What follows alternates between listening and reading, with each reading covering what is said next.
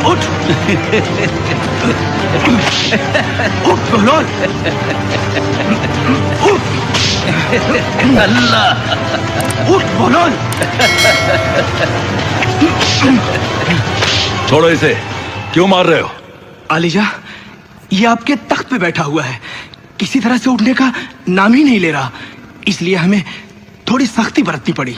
बहलोल, तुम्हें तख्त पर बैठने की क्या जरूरत थी? मैं तो तुझे आईना दिखाना चाहता था हारून।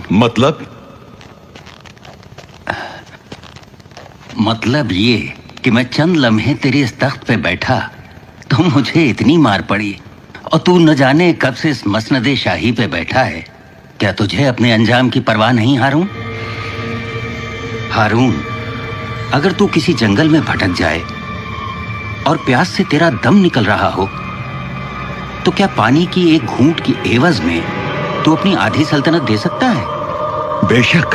पानी से प्यास तो बुझ जाएगी, लेकिन अगर तुझे पेशाब रुकने की बीमारी हो और तेरी जान पे बनाए, तो क्या उसके इलाज के एवज में तू बाकी आधी सल्तनत भी दे देगा हारून?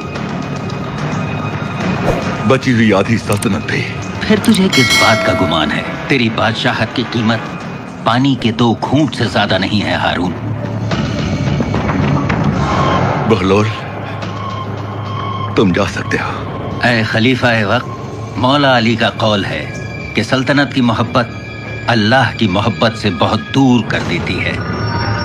खुदा हाफिज।